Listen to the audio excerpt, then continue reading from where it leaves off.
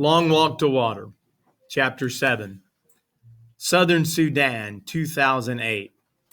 Naya sat on the floor. She reached out and took her little sister's hand. Akir did not seem to notice. She lay curled on her side, hardly moving, silent except for an occasional whimper. Her silence frightened Naya. Only 2 days earlier, Akir had complained noisily and at length about the pains in her stomach. Naya had been annoyed by all the whining. Now she felt guilty. She could see that her sister no longer had enough strength to complain.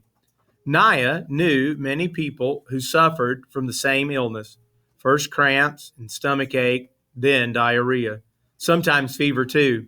Most of the adults and older children who fell ill recovered at least enough to work again, although they might continue to suffer off and on for years. For the elderly and small children, the illness could be dangerous. Unable to hold anything in their systems, many of them starved to death, even with food right in front of them. Naya's uncle, the chief of their village, knew of a medical clinic a few days' walk away. He told Naya's family that if they could take Akir there, doctors would give her medicine to help her get better. But a trip like that would be very difficult for Akir. Should they stay at the camp and let her rest so she might heal on her own, or should they begin a long, hard walk and hope they reached help in time? Southern Sudan, 1985. The walking began again. Salva shook with terror inside and out. He clung to Uncle like a baby or a little boy, hanging on to his hand or shirt tail when he could, never letting Uncle get farther than an arm's length away. He looked around constantly. Every movement in the grass was a lion stalking, every stillness a lion waiting to spring. Mariel was gone, vanished into the night. He would never have wandered away from the group on his own. His disappearance could mean only one thing: lion. A lion had been hungry enough to approach the group as they slept. A few men had been keeping watch, but in the dark of night, with the wind rippling through the long grass, the lion could easily have crept close without being seen. It had sought out prey that was small and motionless, Mariel sleeping, and it had taken him away, leaving only a few splotches of blood near the path. If it hadn't been for Uncle, Salva might have gone crazy with fear. Uncle spoke to him all morning in a steady, low voice. "Salva, I have a gun. I'll shoot any lion that comes near. Salva, I will stay awake tonight and keep watch. Salva, we will soon be out of lion country. Everything will be all right." Listening to Uncle hurrying to stay close to him, Salva was able to make his feet move despite the cold terror throughout his whole body. But nothing was all right. He had lost his family, and now he had lost his friend as well. No one had heard any screaming in the night. Salva hoped with all his heart that the lion had killed Mariel instantly, that his friend hadn't had time to feel fear or pain. The landscape grew greener. The air smelled of water. "The Nile," Uncle said. "We will soon come to the Nile River and cross to the other side." The Nile, the longest river in the world, the mother of all life in Sudan. Uncle explained that they would come to the river at one of its broadest stretches. "It will not even look like a river. It will look like a big lake. We will spend a long time crossing to the other side."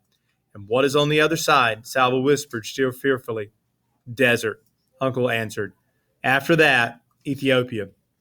Salva's eyes filled with tears. Mariel had been right about Ethiopia.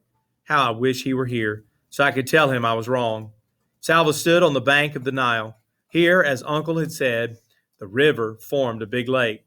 The group would cross the Nile in boats. Uncle said it would take a whole day to reach the islands in the middle of the lake and another day to get to the far shore. Salva frowned. He saw no boats anywhere. Uncle smiled at Salva's puzzled expression. "What, you didn't bring your own boat?" he said. "And I hope you're a good swimmer." Salva lowered his head.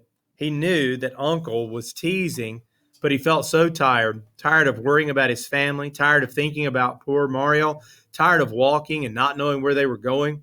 The least Uncle could do was to tell him the truth about the boats. Uncle put his arm around Salva's shoulders. "You'll see, we have a lot of work to do." Salva staggered forward with yet another enormous load of reeds in his arms. Everyone was busy.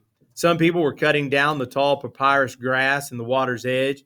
Others, like Salva, gathered up the cut stalks and took them to the boat builders. Among the group were a few people whose home villages had been near rivers or lakes. They knew how to tie the reeds together and weave them cleverly to form a shallow canoes. Everyone worked quickly, although there was no way of knowing whether they had to hurry or not, no way of knowing how near the war was. The fighting could be miles away, or a plane carrying bombs could fly overhead at any moment. It was hard work running back and forth between those cutting and those weaving, but Salva found that the work was helping him feel a little better. He was too busy to worry much. Doing something, even carrying big, awkward piles of slippery reeds, was better than doing nothing. Every time Salva delivered a load of reeds, he would pause for a few moments to admire the skills of the boat builders.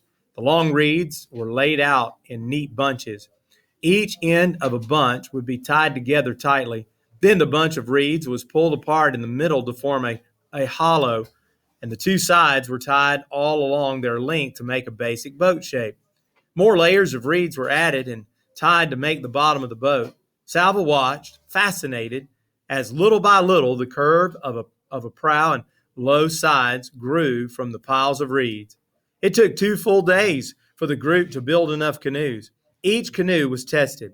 A few did not float well and had to be fixed.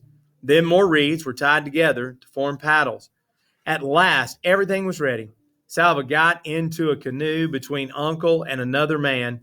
He gripped the sides of the boat tightly as it floated out into the Nile.